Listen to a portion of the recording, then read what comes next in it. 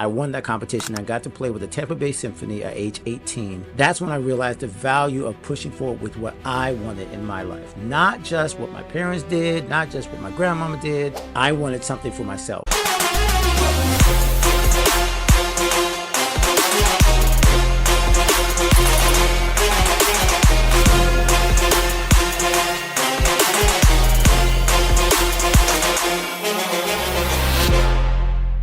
Welcome to another edition of the Journey to Freedom podcast, and I am Dr. B. I'm your host, and I'm loving being a host.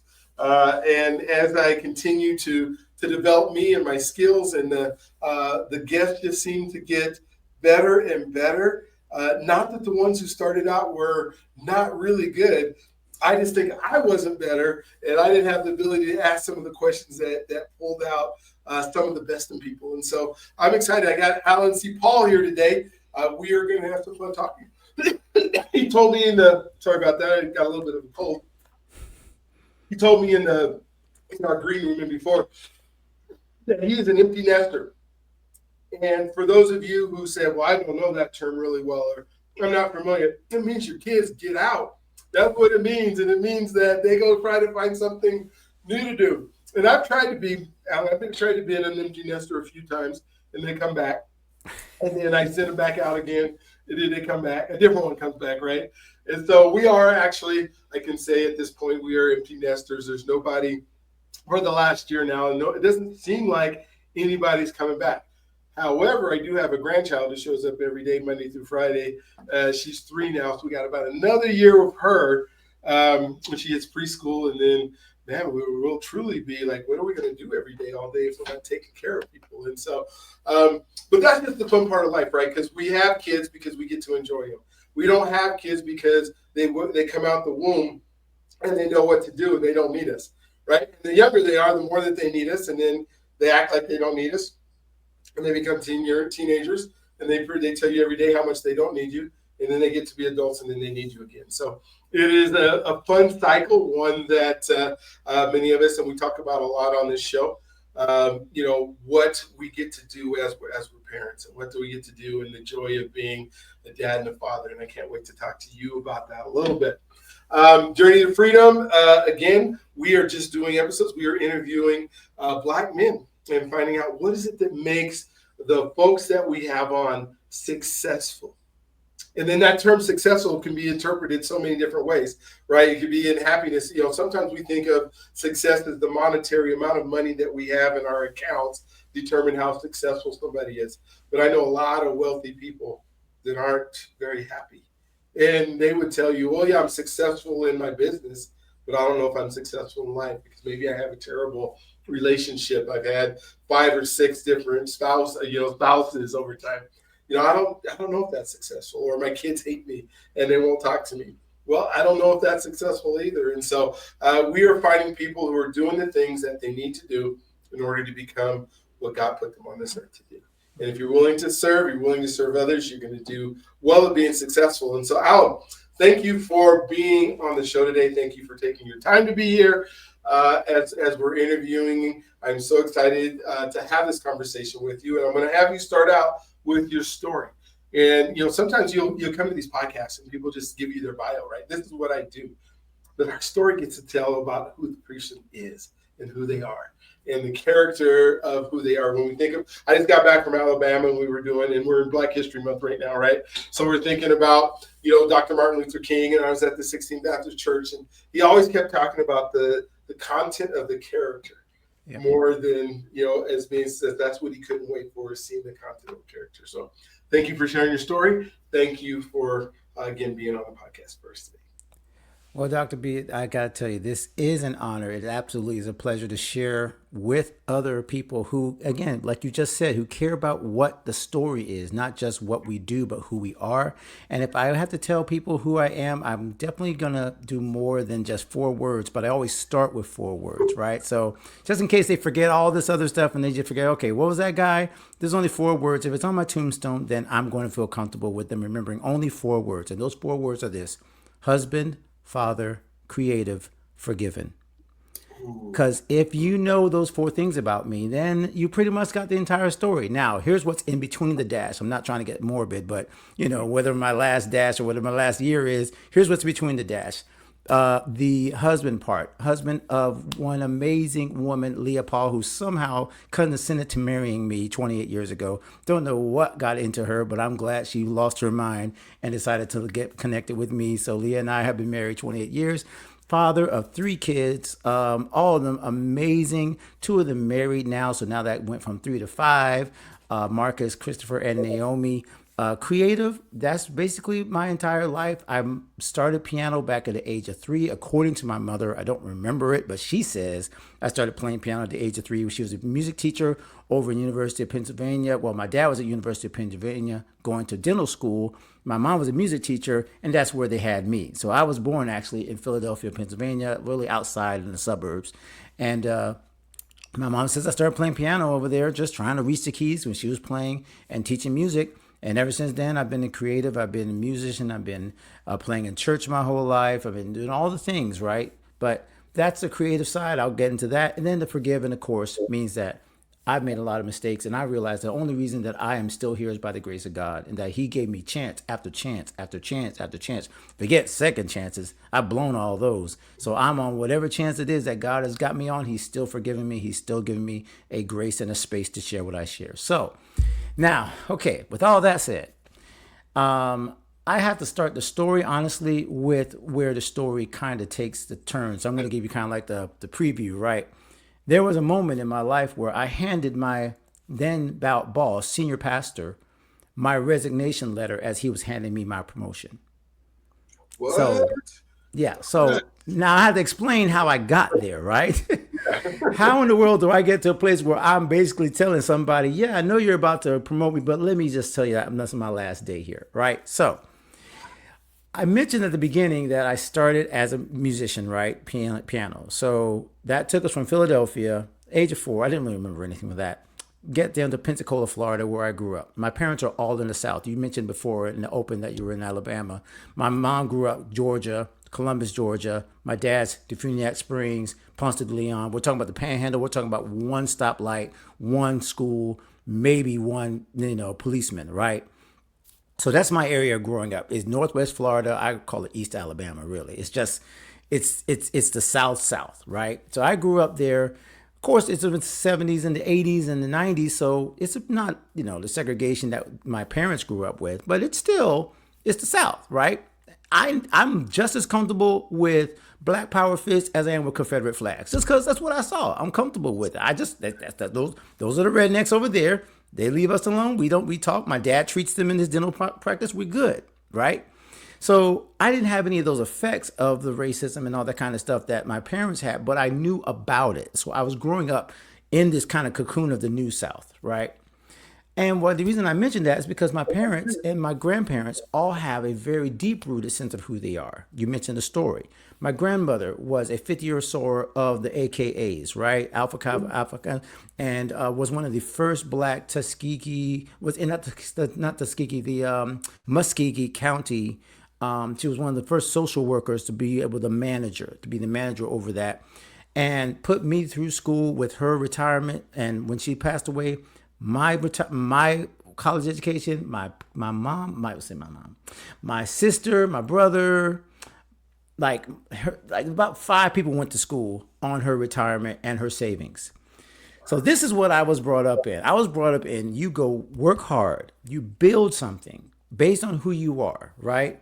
You always do it independently. You don't do it because somebody else told you to do it. You do it because that's what we do. So that's the kind of work ethic that my father raised me in. My father still has his dental practice up in Pensacola, Florida, still working at 70, 80 years old. He won't retire. This is the environment that I'm coming up as a musician, okay? So my mom is the music side, and then I got the work ethic side, right, from my dad. All that to say, I got all the way through high school, and I realized, man, it's fun to play piano. It's fun to do all this classical stuff, but these people are good around me. The ones that are actually going to school for this. I started getting into jazz around 14, 15. I was just playing my classical and playing in church. But right around that time, I was like, I really want to win. I don't want to be just a guy that, the guy that has a color like me around the other ones. and not being able to like win these competitions. Problem is the people that win these competitions were all pre-med and music. They were all brilliant, they were geniuses, and I'm like, I'm not gonna be a valedictorian. So I might as well win this competition. So at the age of 17, I finally just got serious about it. I got this Gershwin concerto. Gershwin, you guys might know, George Gershwin was the guy that kind of combined classical and jazz. So this is where my life started to take a turn in terms of my music. And I won that competition. I got to play with the Tampa Bay Symphony at age 18 and play the entire Gershwin piano concerto. That's when I realized the value of pushing forward with what I wanted in my life. Not just what my parents did, not just what my grandmama did. I wanted something for myself. And that's where I pushed into it. That forwards me into the University of Miami, where I got my degree in jazz performance and music education, because I realized, yeah, performance is kind of a hard thing to make a living doing, right? Yeah. So all that kind of like put into my college years. I enjoyed jazz. I enjoyed playing all this stuff, but I was still trying to figure out how am I going to make a living. Well, at the other time, I was also still a Christian and learning how to play this church music thing. But I did not grow up with gospel. You know how some of the people grew up on like the organ, the Hammer B3? I Yeah. didn't grow up with that, man. Pensacola, Florida, I was at Jehovah Lutheran Church. So we're talking Yeah, Mighty you do it. Fortress. As a Yeah. male. I told you I started classical, right? Yeah. Exactly. You got to be able to go in both directions, man. I got to be musically, musically adept in all these areas. So that was my experience. So I had not played in like a Black Baptist church type situation. Okay. So get me down to Miami, Florida, and this pastor asked me, "What's your favorite hymns?" And he wanted to know about the James Cleveland. He wanted to hear the Mahalia Jackson. He wanted to hear, and I was like, I don't know what I said, but it was not a hymn he had heard of. so, so, so my church ministry life really started when I got out of school in Miami, right? When I said, okay, I need to be in a place where I start to learn this whole gospel kind of world. That was my first church. That's the church I stayed in for 15 years. Oh, nice. Okay. Okay. So I'm teaching now. I'm in Miami. I'm teaching, get married. Now, the whole marriage situation, as you can probably figure out, if you see my kids are basically look like me and they are seem like they're super young and I look super young. Yeah, I started everything the wrong way, man. I did the exact opposite of what the church teaches when it comes to having kids and starting your family. But again, what I said, grace, right? Chance after chance after chance. So now I'm married. I got my kids. I'm working in this church and I'm working in this school. I'm teaching. I'm doing all the things. The problem is, number one, my son is over there with me now. Marcus is about 6th, 7th, 8th grade. Oh, sorry, 6, 7, 8 years old. And he's having trouble in school. He's acting up. He's smart as a whip. But the teacher keeps saying he won't shut up. And she keeps coming to me in the classroom saying, you need to come get him. I'm like, I'm teaching my own class. I can't come help you. So eventually I said, you know what? Maybe God is calling me out of the classroom. Maybe God is calling me to lower my class size. So what happened, Dr. B, is that I became a homeschool dad for about 4 or 5 years. Came home and was not the sole breadwinner. I was the main primary homeschool teacher for my kids from pretty much all the way through high school. Wow. So you had to Okay. learn some stuff. Yeah, yeah. You wasn't the year in high school's homeschool is way different than I got to teach you 3 plus. Yes. That's a whole nother story. I'll get to that. I'm just trying to set up how I got to this situation. But yeah, so I'm now ministry is like my main gig. That's what I'm saying. I left the school system because I just felt like, okay, all this stuff, I really just want to focus on my kids. So I left the school system, but I stayed in ministry. And so the ministry is where, all right, now this must be where God wants me. I'm doing all the choirs.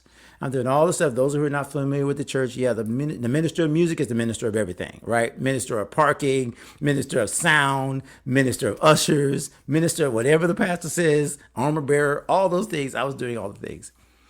And about a year before this whole transition happened, God kind of like just spoke. And I don't say God spoke.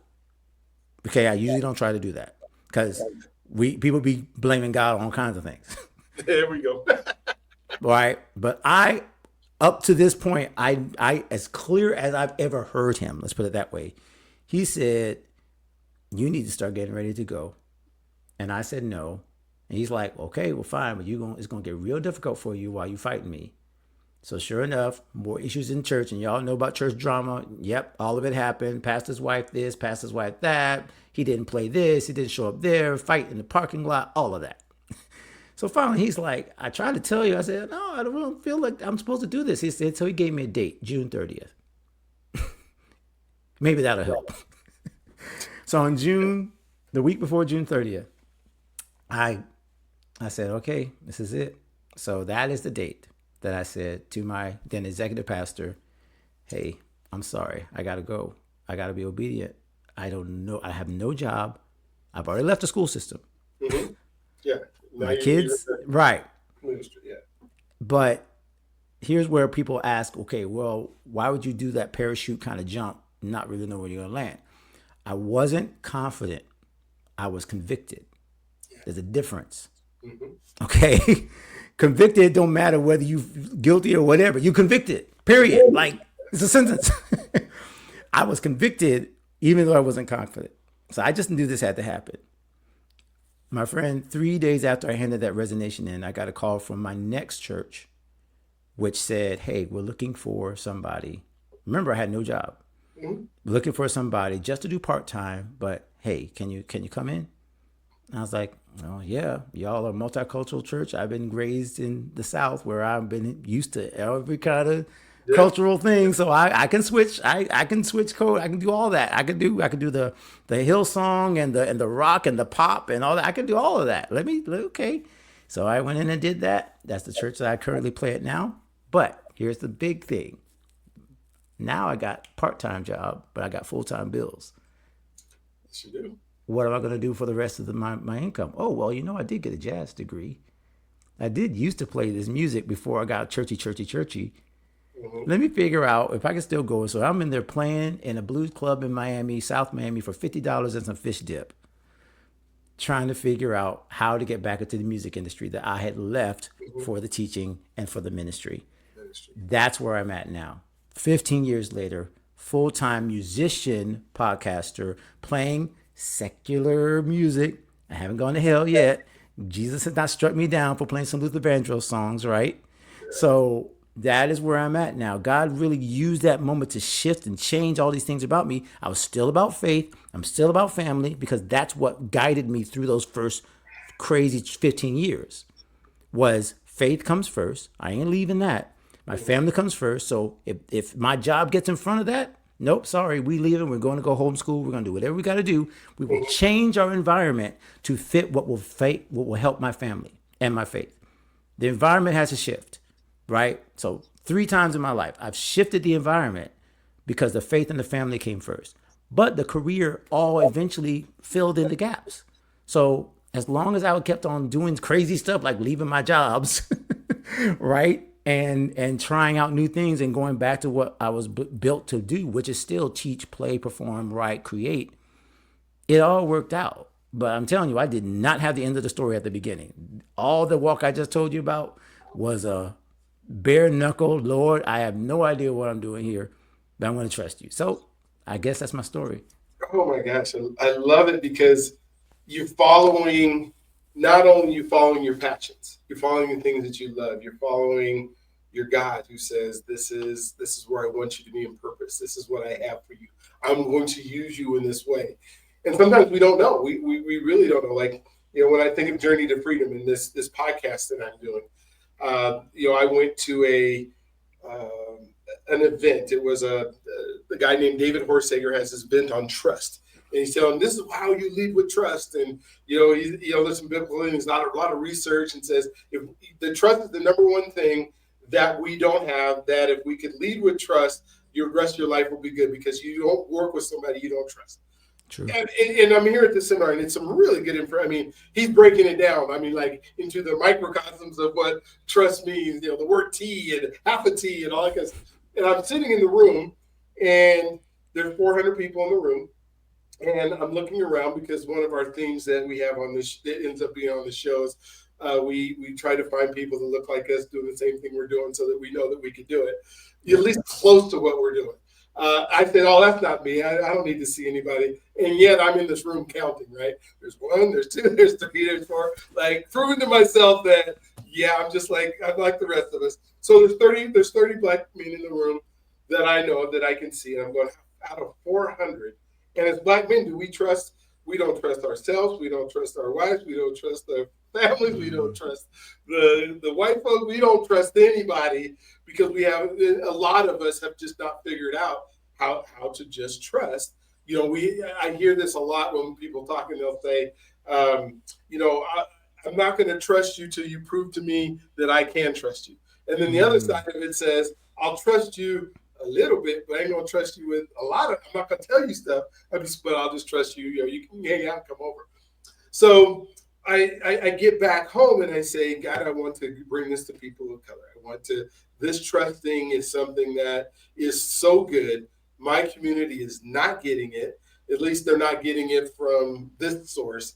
I don't know where they're getting it because I'm like, how do we do that? And so that became, well, let me start a program and ended up being Journey to Freedom. And then how do I start getting people? Well, I'm going to start interviewing, these black men, and I'm going to start doing, and I just literally last weekend, I was telling you, we took 23 black men down to Alabama, and we did a Right. civil rights tour. So we started in Birmingham, then we went to Selma, and then we ended up in Montgomery at the Bryan Stevenson Museum.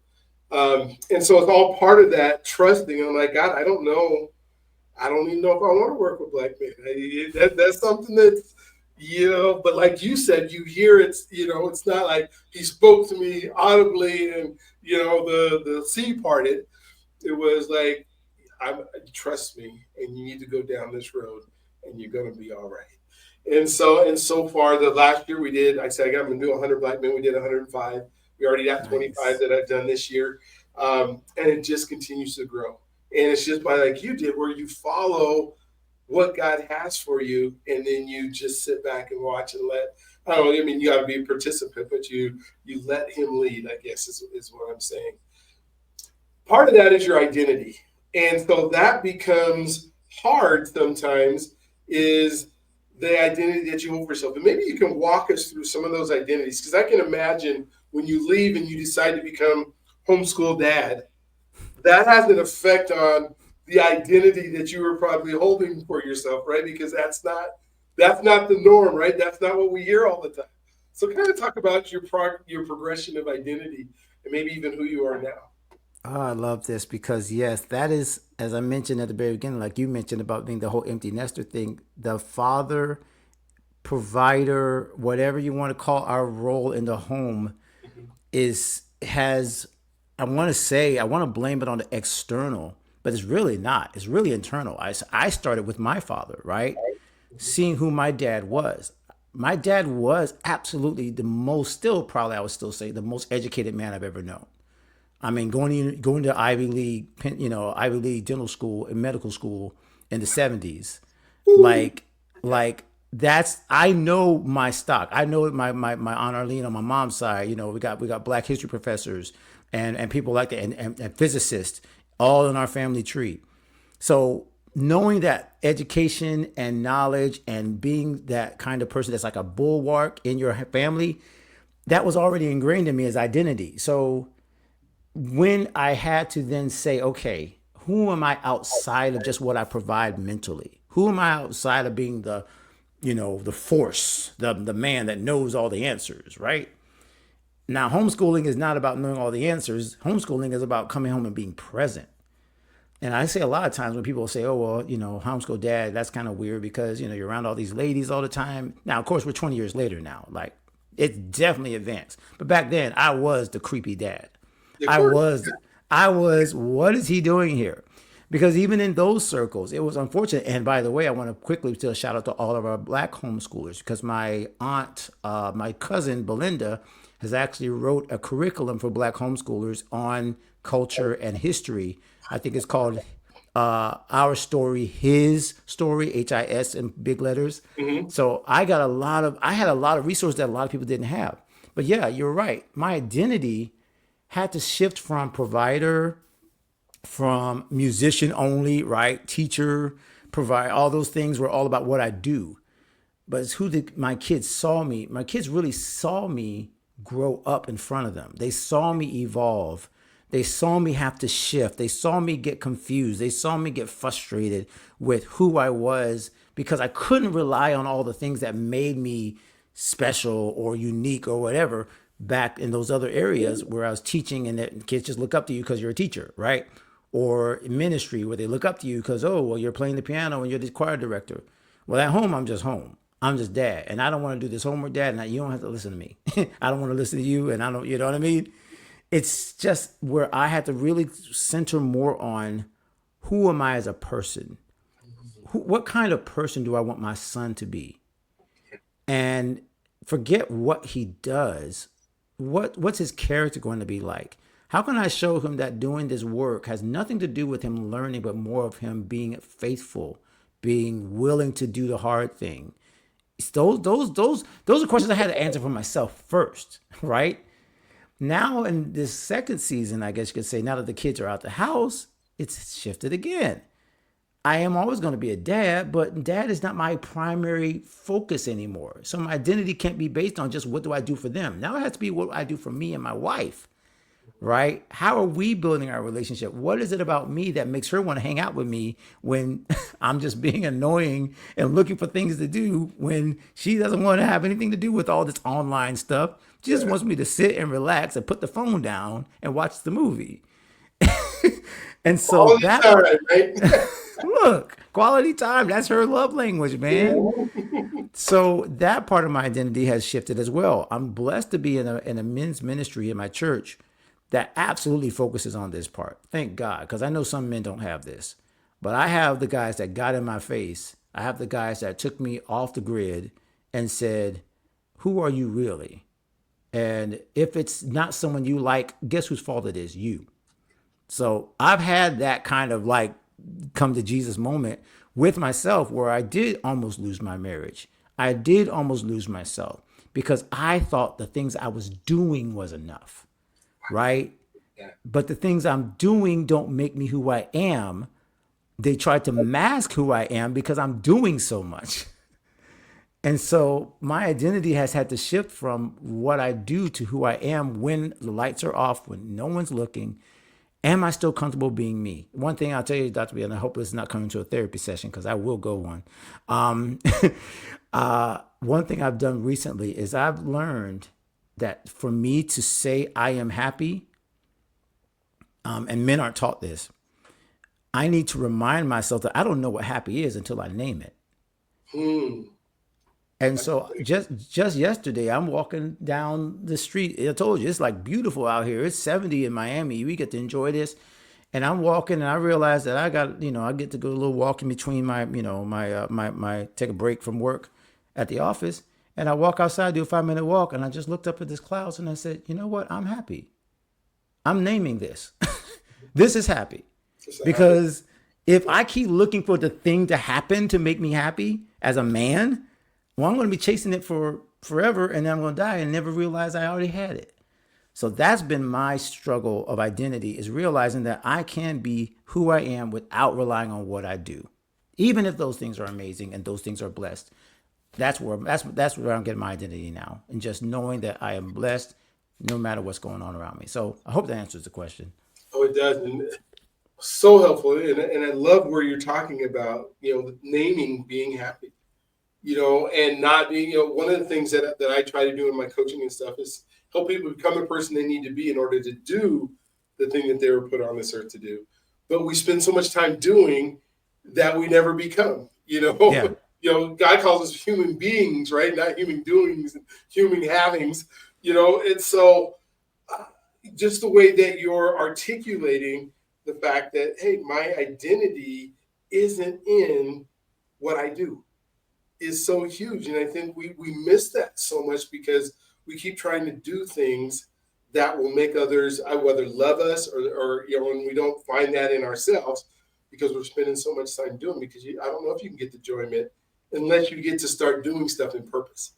And maybe Yes. we can talk about purpose a little bit and finding purpose, because I think a lot of folks think that this is like you can go and just say, okay, dear Lord, help me find my purpose. And all of a sudden, like, boom, boom, boom, the cloud comes out, and all of a sudden you do your purpose, and then you get to go walk in and you become happily ever after, right? But until you experience a whole bunch of different things and seek God and go back and forth and go, I don't know if it's easy to find purpose. But once you do, like now I'm getting ready to be 60 years old. I just started Journey to Freedom a year and a half ago, right? So, but I think I've been in purpose several times during my life. I think my purpose can change. And Yes. maybe you can speak to that a little bit, because I don't think our purpose is just this one thing that we're going to do our entire lives and we just get better at that one thing. For some of us, it is exactly that. Let's say I know my purpose is to be, a minister, let's say, that is, going to start a church. And then they just become better ministers throughout their whole life. And then they die because they have these churches that were phenomenal, not necessarily in size, but just phenomenal in the gift that they were given to the community.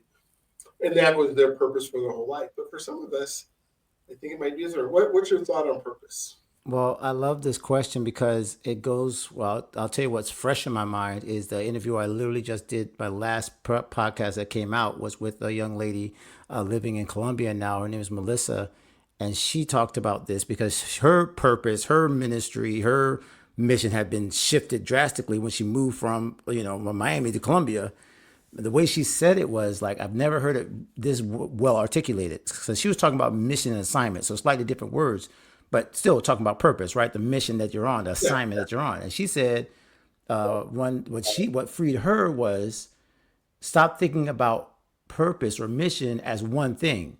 When a military person gets a mission, it has a start date and an end date. And when the mission is done, the mission is done. It's not a life's mission. It's a mission that you're going from here and here. I now have a son-in-law who's in the military, who's literally on assignment right now overseas. But thank God we know there's an end date to it. Mm-hmm. That's not his life's purpose to be across the seven seas away from his wife. It's a temporary assignment, but at the time there's a purpose to it.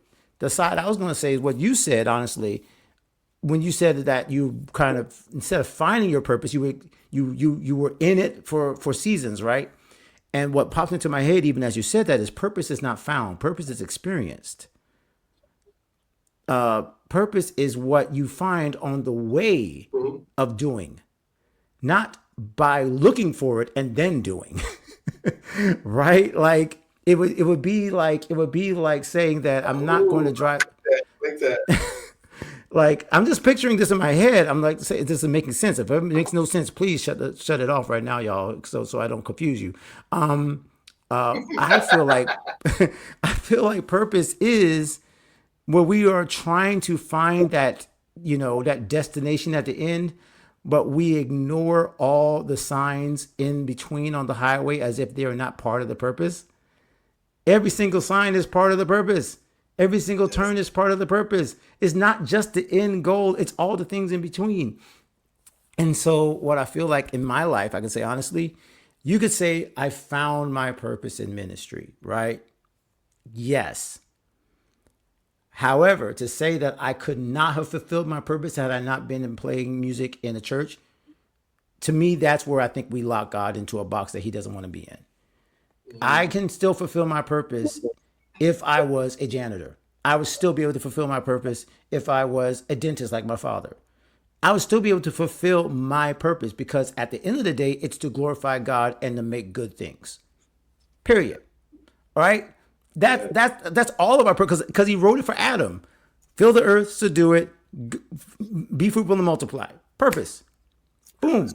I don't need to complicate that by adding the thing that I accomplished my purpose with by conflating it with the purpose of, right? So I just feel like, and again, I'll go, oh, please stop me because I will riff on this forever. I do feel like one of the things that we do have to do, I shouldn't say we, I have to do, knocking over stuff, that I have to do is really focus on what is the goal right now. My purpose right now is accomplished by loving my wife, building a podcast, building my church ministry. That is accomplishing the purpose of, which again, the of part, providing for my family, which I'm commanded to do, being a good person, which I'm commanded to do, exercising authority over and being a good steward. Like You see what I'm saying? But all those things are just means to the end, and the end is not that complicated. Yeah. Yes. Making money. Well, maybe you can answer this part of it then. Can you be in purpose and not serve others? This is a great question, and I'm only going to answer it in my my first thing that said no. Like that was my first answer, right? Like, and I guess it depends on, are we going to define purpose as always being something beyond yourself? Because if your purpose is to serve yourself, then the answer is yes. I guess, yeah. But but could but that really be a purpose that would make you happy? yeah, That would bring yeah. joy? Could you name that if all you did was serve yourself? Could that, Yeah, that's why I think we would all run into that same thing as Solomon said, which is all is vanity. Like, I think that's what he ran into. He ran into, I got everything, and yet I feel empty, right? And you just said it earlier about like people who have all this stuff, they're rich and everything, and they're just not happy, right? So we kind of know implicitly. I believe this is kind of like where theologians would call it general revelation. Like we all know there's something beyond just making a couple of bucks, and we all know it on the inside. We don't. Some of us take longer to figure it out, but we all know on the inside. Nobody wants to go on their deathbed and say, "Yeah, man, check out that bank account." Like we all know at the end of the day, there is more to our lives than just serving ourselves. I think how we figure that out is the grand class of life. It's the grand scheme of life. Is what is that in between? Like you said, like what are those twists and turns when you decided to start this podcast or when I decided to write my book? Like what are those twists and turns that say I have no idea if this makes any sense? But like I said, I think we find purpose on that journey. The thing I just wrote today in my journal and writing up my next devotional was where Genesis 1:1, it talks about the earth was formless, or the second verse, formless. That's the way I think sometimes we walk into this stuff. Like it has no formation, no structure, no nothing. And somehow we're supposed to do like God. Say, okay, no, we're going to put this here. We're going to put this here. And we're going to put this here. And then we're going to put this here. And meanwhile, all of a sudden, oh, we got a world. We're good. We got structure. We got a formation. We got something to stand on. But it can feel at the beginning, man, like you said, like it's just like swimming and treading water in what feels like you have no which way you're going. But we find our purpose as we paddle. well, one of the purposes that I know has been a big part of your life is family, and the Black family, as I see it right now, is in crisis. I'm doing a Sunday Mm. night podcast I do is called Why Love Waits, and it came from the premise that 50% of Black women over the age of 40 have never been married, and 75% of them have at least one child.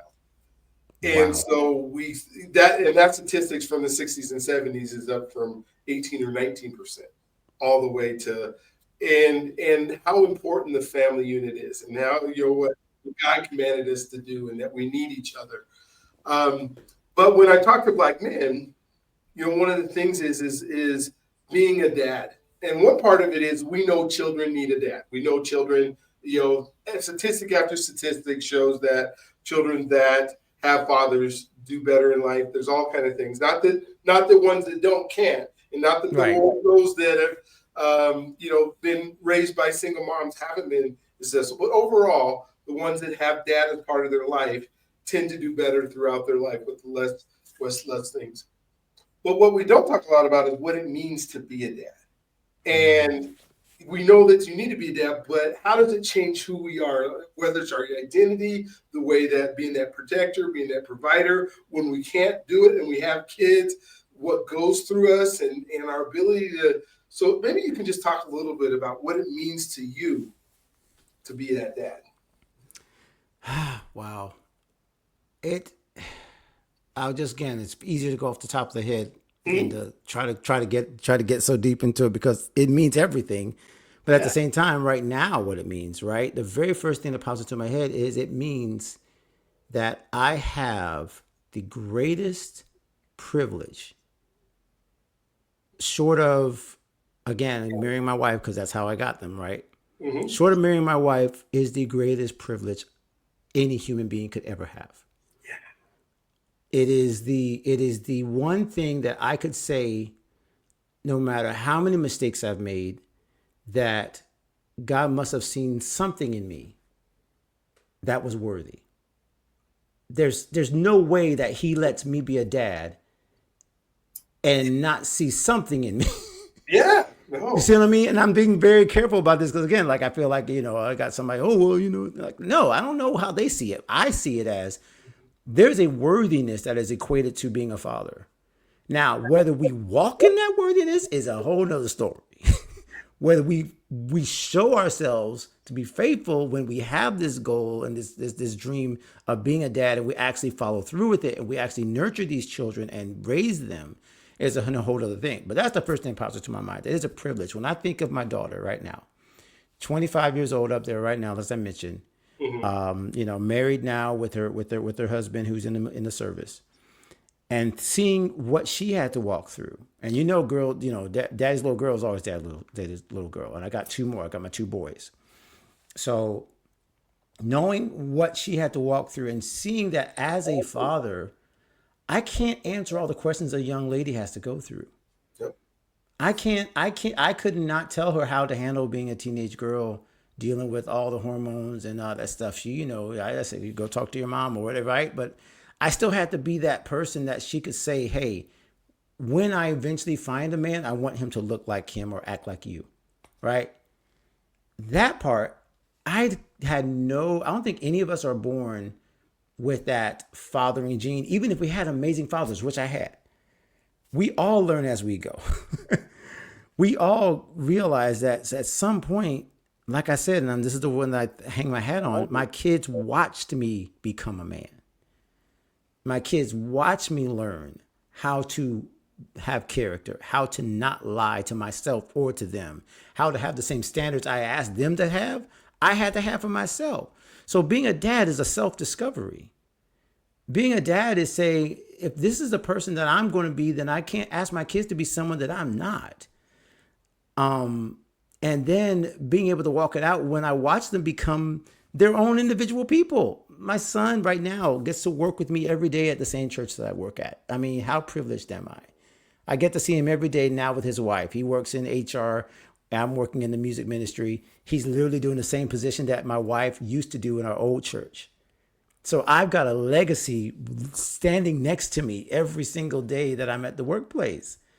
I mean, so I can't look at this dad thing and not say, okay, Lord, I know I started it off crazy. I started it off the wrong way with two kids not having them with their mom yet, right? Not being married to their mom yet. And then all of a sudden it's like, you know what? I made, and it sounds so braggadocious, but it's true because all the dads need to listen to this because you get beat up so much. So I want to encourage them, right? Make more good decisions than bad ones. Period. I just made one more good decision than bad. That's it. I'm winning the game because I'm 1 point ahead.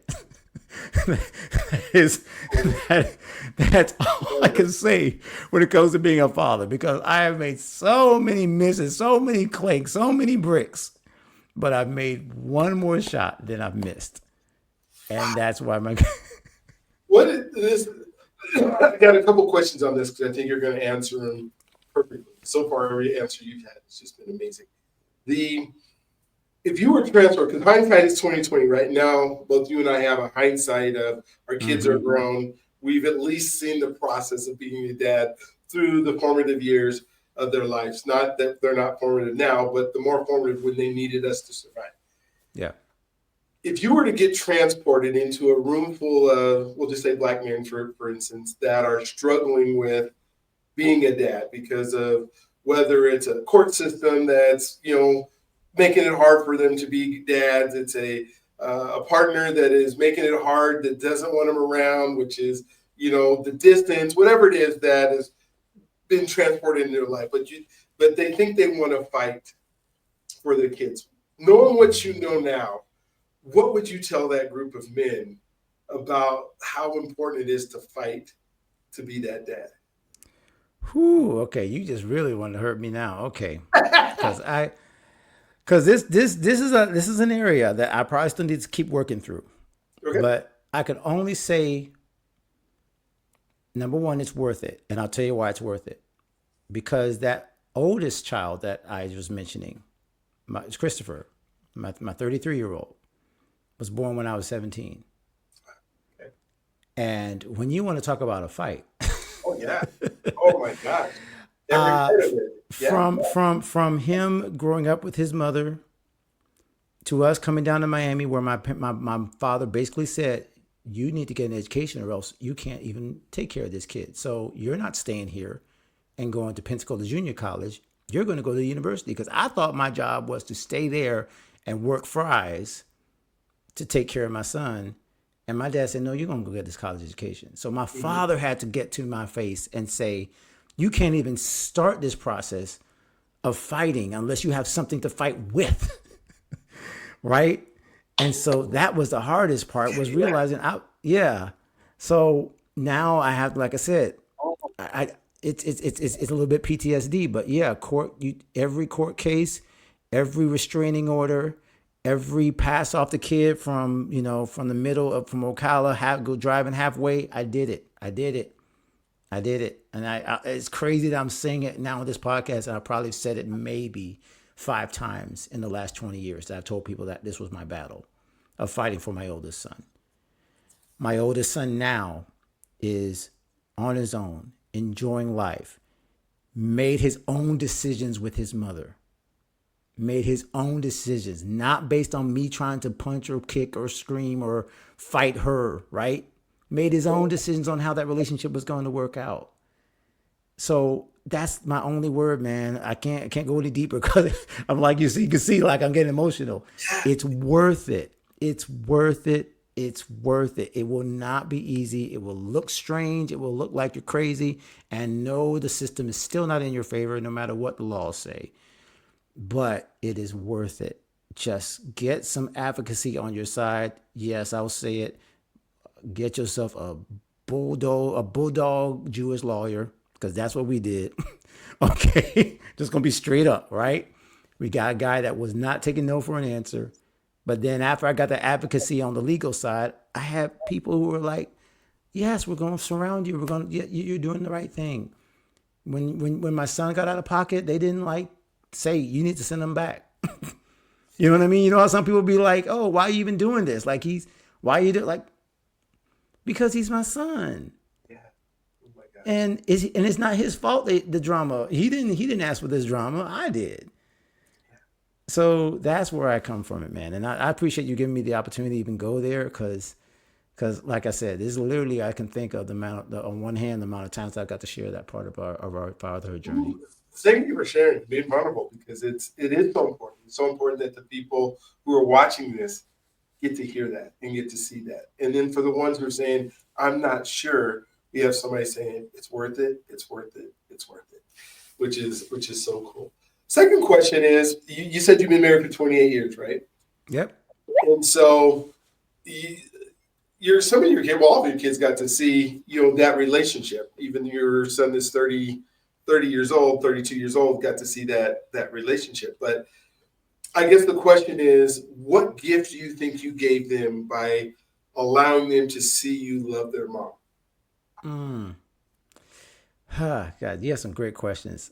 I I would have to say the biggest gift is them seeing the beauty and the value of being, of not just, I don't want to say faithful in the very basic sense, right? Because faithful, obviously, we stayed together even when we wanted to like kill each other, even when we both deserved to leave each other. They didn't actually see that interior part, right? So it's not even saying, "Oh, being faithful to your wife or being faithful to Yeah. your spouse," is what they see. What I think they see is the beauty in that struggle, even though they don't know the back end. They see the beauty of mom and dad care enough about each other that they're not going to let us run their lives. They're going to have their own lives. They're going to continue to grow and evolve as people. So now that my two younger ones are married, right? Mhm.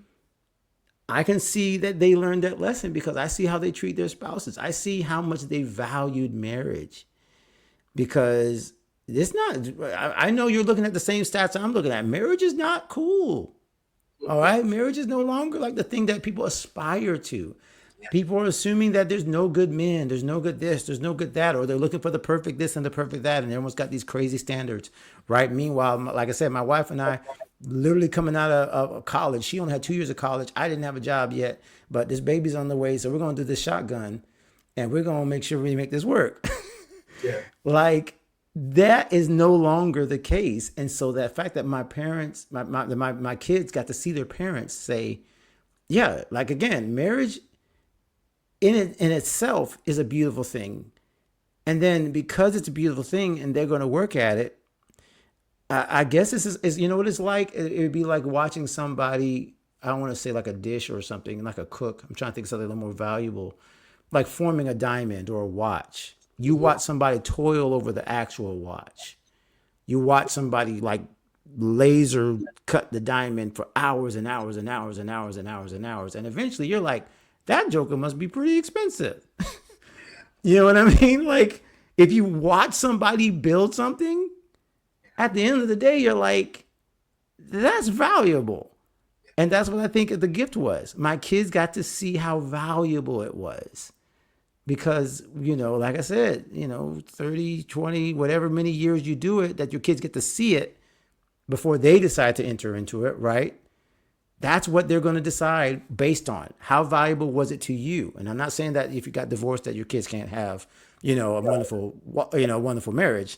I'm just saying in our case, that's what I think it built. It built this value that they saw in finding the right person. And thank God, like I said, two of them, and we're praying for the third one. Two of them found it already. Nice. I love it. Well, thank you for just being willing to share who you are, not just what you do, as we've done. And we have about 10 minutes left. And I'd love for you to talk about all the things you do, the fun things, the books that you've written, and the music that you play, and whatever we didn't talk about that you want to make sure that our listeners get to hear. I'd love for you to share that with us. Man, see, this is such an amazing forum because I appreciate, again, the freedom and the journey to freedom, right? The freedom I feel now in sharing what I do is based on all the stories that we just got the chance to share. That I do have now this place where I have fought for my family and I fought to keep the faith in a ministry and in a world that oftentimes, musicians get really messed up, even in church world, especially in the church world, right? So this is not a place that like always values family and values what we're talking about right now. But kind of like to go, what do I do now? It goes back to that story that I just ended where I handed my papers over to my pastor, right? Mm-hmm. And at the time, I got back into the music industry, playing gigs. And I was like, how do these people do this? And so I had a chance to sit down with, some people might remember Take Six. They still perform. But Take Six came down and I got a chance to meet one of the members of Take Six. He took me in the back of the hotel. We were talking. We were just relaxing. And he's just like, he just broke it down, man. It's like, here's what I do. This is how I produce. This is how I'm making sure I'm staying with my new wife. This is how I'm like, you know what I mean? Like he just said, this is what the real story of what musicians do outside of these four walls of church. And I was like, you know what? I should write this down. So long story short, I started to write down these 7 letters: service, stay connected to God, establish your priorities, respect the business, visualize your goals, invest in your craft, and then I almost forgot the V, the last V. No, challenge yourself to grow, and then evangelize through your gift. Okay. So that spelled out service. That's what my book is all about. How Christian musicians can succeed without sacrificing their faith. It's God in Gigs. God in Gigs became the linchpin of my platform, which now is for all creatives, not just musicians. It has now been a podcast that has over 300 episodes. And now it has been basically kind of like my life's work in terms of helping not just musicians, again, start with musicians, but creatives to become, and I heard you say this almost literally verbatim, become the creators that God created them to be. Yes. So that's what I do now. I also write. I have my podcast, not my podcast, but I have my devotional, Your Art, God's Heart. And I also have devotionals now on YouVersion, which is really exciting. So I'm going to be writing for not just creatives. I'm going to start writing these devotionals on YouVersion for pretty much anyone that has a creative mind, because I want people that are outside, of the creative space to also enjoy these devotionals. I produce 4 podcasts now, 2 of them for my church, one of which is top 50 on Spotify in the religious category. So podcasting has become a huge part of what I do now. So I also am going to start coaching people because I feel like I'm holding back. How did I have 1,000 episodes and I'm not sharing what I know? So that's a new part of what I'm doing now. And yeah, by the way, still playing music. Got a Valentine's concert next week in South Florida here at the I'll go ahead and do a promo here. The historic Lyric Theater in historic Overtown, which is the Harlem of the South, as they might say. It used to be where all the people came when they came to Miami and they couldn't go play on Miami Beach. Sam and Dave, Marvin Gaye, Aretha, they all came to the Lyric. So I get to perform next on as we're recording now. I get to perform on Valentine's Day in that same venue with 4 vocalists doing a Valentine's Day concert. So I still perform, I still gig, I still play jazz. So yeah, I'm all those places, man. That's all the doings. There's a lot of doings going on, but they all again center around faith, music, creativity. Well, and what's so cool is when you think about like be, do, have, and becoming the person, if you become the person that can do those things, you automatically do them. You don't have to work at doing it. You just get to do them because you've become that person who gets to do them, which is so cool to watch. And I think about all the stuff you do. How does one, this may come out and then maybe 5 years from now, we're in 2025 now, that somebody's watching this. How will they be able to get a hold of you?